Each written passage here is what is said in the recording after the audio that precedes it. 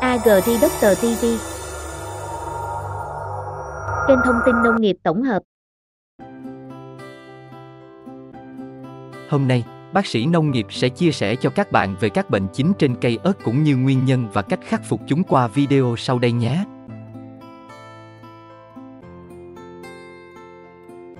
Đầu tiên, bác sĩ nông nghiệp sẽ chia sẻ cho bạn về bệnh chết cây con ở ớt.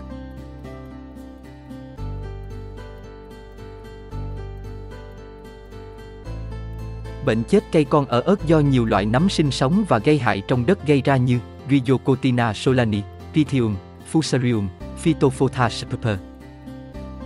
Về triệu chứng, bệnh xảy ra trong giai đoạn cây con.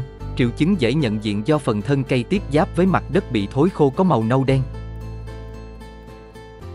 Cây bị bệnh không đứng thẳng mà ngã sang một bên, lá rũ, cây còi cọc và chết. Bệnh chết cây con thường thấy khi độ ẩm và nhiệt độ cao. Bệnh thường xuất hiện khi gieo quá dày, tưới nước quá nhiều, nhất là khi gieo hạt mùa mưa mà không có giàn che. Về cách phòng trừ: không lập vườn nơi quá ẩm ướt, không thoát nước tốt hay vườn tối, không đủ ánh sáng, nên làm dạng có mái che. Đất vườn ươm phải xử lý trước khi gieo như xử lý vôi, đốt rơm rạ, phơi nắng trước khi trồng. Nên bón phân hữu cơ đã hoai mục, hạn chế bón nhiều phân hóa học nhất là đạm. Luân canh với các cây trồng khác họ cà, ớt, khoai tây để diệt nguồn bệnh. Xử lý hạt giống trước khi gieo: trộn 10g thuốc carbenzim 50VWP trong 1kg hạt giống hay ngâm hạt vào dung dịch nước thuốc với nồng độ 0,1%, pha 1g thuốc trên 1 lít nước, trong 1 đến 2 giờ. Phun thuốc hóa học: khi thấy cây chớm bệnh phải phun thuốc trừ bệnh ngay, có thể sử dụng các loại thuốc sau: Carbendam 500FL, Mesin MZ 72VWP, Anpin 80VWP. Nếu cây nhiễm bệnh nặng 5 đến 7 ngày phun một lần.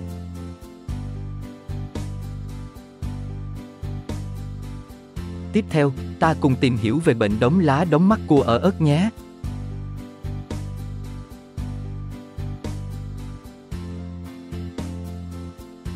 Bệnh đốm lá đốm mắt cua ở ớt do nấm Cercospora capsicum gây ra. Về triệu chứng: đốm bệnh trên lá có dạng đặc trưng hình tròn, viền nâu đậm, tăm màu xám nhạt.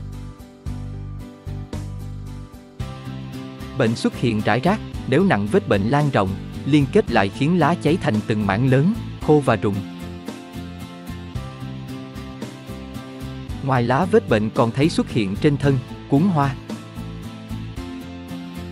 Bệnh thường xuất hiện khi thời tiết nóng, ẩm, nhiệt độ càng cao, lây nhiễm càng nhanh, đất ẩm, trời nhiều sương mù thuận lợi cho bệnh phát triển. Trên ruộng, bệnh có thể phát hiện được sau khi nhiễm 2 đến 3 ngày. Bệnh thường gặp trên các cây ớt già, cây giai đoạn bén rễ hồi xanh, cây ớt mạnh khỏe ít bị bệnh.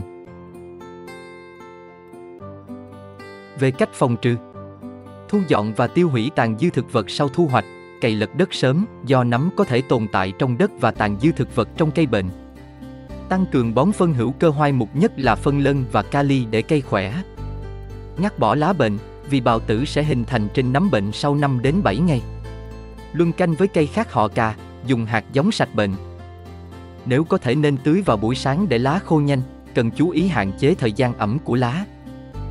Phun thuốc hóa học: có thể dùng các loại thuốc đặc trị như Anpin 80VWP, Mesin MZ 72VWP, Dipomat 80VWP, bệnh nặng phun 5 đến 7 ngày một lần.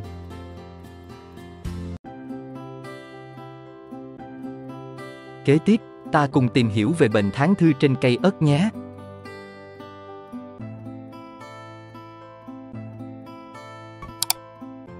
Bệnh thán thư trên cây ớt do nấm Coletomyx gloepo gây ra. Mầm bệnh nằm trong hạt, tàn dư cây trồng, dụng cụ thu hoạch và tồn trữ.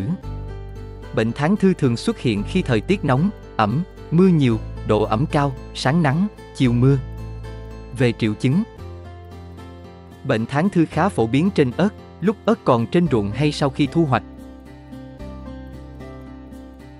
Bệnh có thể xảy ra trên lá nhưng thường thấy trên trái ớt non và ớt chín. Trên trái, vết bệnh mới đầu chỉ là một chấm nhỏ, sau lan rộng rất nhanh, vết bệnh lõm xuống và có thể thấy các vòng tròn đồng tâm. Về cách phòng trừ. Sau thu hoạch, thu dọn tàn dư cây trồng, tiêu hủy, luân canh. Tránh gây tổn thương trái khi thu hoạch, loại bỏ trái bệnh. Dùng giống sạch bệnh, không dùng hạt ở trái bệnh để làm giống. Xử lý hạt giống bằng nước nóng 2 sôi, 3 lạnh. Phun thuốc hóa học, có thể dùng các thuốc đặc trị sau, các benzyme 50VWP, 500FL, thiom 70VWP, 500FL, Mesin MZ 72VWP.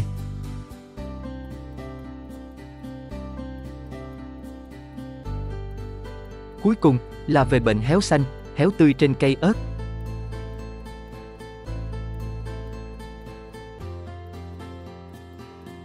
Bệnh héo xanh, héo tươi trên cây ớt do vi khuẩn Pseudomonas solanaceae gây ra. Đây là bệnh hại đặc trưng của các cây họ cà như ớt, cà chua, khoai tây. Ở Lâm Đồng bệnh gây hại nặng có thể khiến cây trong vườn chết đến 80%. Về triệu chứng. Đặc điểm nhận diện là cây héo, đôi khi chỉ 1, 2 nhánh, nhất là khi trời nắng, nhưng lá vẫn còn xanh, sau đó khi trời chiều mát hay ban đêm cây lại phục hồi. Tuy nhiên triệu chứng héo tươi chỉ kéo dài vài ngày rồi cây chết hẳn, ở cây già triệu chứng thể hiện chậm hơn. Nếu nhổ cây lên ta thấy phần thân và rễ cây bị thối đen, mềm nhũn. Dùng dao cắt ngang phần thân, rễ bị thối sẽ thấy dịch sữa trong chứa nhiều vi khuẩn chảy ra chậm chậm từ vết cắt, ngửi có mùi hôi, lõi có màu đen. Về cách phòng trừ. Luân canh, không nên trồng 2 vụ ớt trên cùng chân đất. Xử lý hạt giống 54 độ C trong vòng 25 đến 30 phút, dùng hạt giống sạch bệnh. Vệ sinh đồng ruộng, ruộng trồng phải sạch cỏ, thu gom tiêu hủy tàn dư thực vật, bón phân hữu cơ hoai mục. Khi chăm sóc tránh gây vết thương cho cây, dụng cụ chăm sóc, tỉa cành, thu hái, chăm sóc cần sát trùng liên tục bằng pho-môn. Ruộng trồng cần bằng phẳng, tránh ruộng uống nước, thoát thủy kém, không trồng ớt trên ruộng các vụ trước đã trồng cây. Nếu trên ruộng có cây bệnh phải lập tức nhổ bỏ và tiêu hủy ngay. Lưu ý nguồn nước tưới hay chảy khi mưa từ các ruộng có trồng cây họ cà ở bên trên nguồn, vì có thể mang bệnh lây lan xuống phía cuối nguồn nước bên dưới. Cuối cùng bệnh do vi khuẩn tương đối khó trị, cần thăm đồng thường xuyên và phát hiện sớm và phòng trị kịp thời bằng thuốc đặc trị như Anpin 80VWG.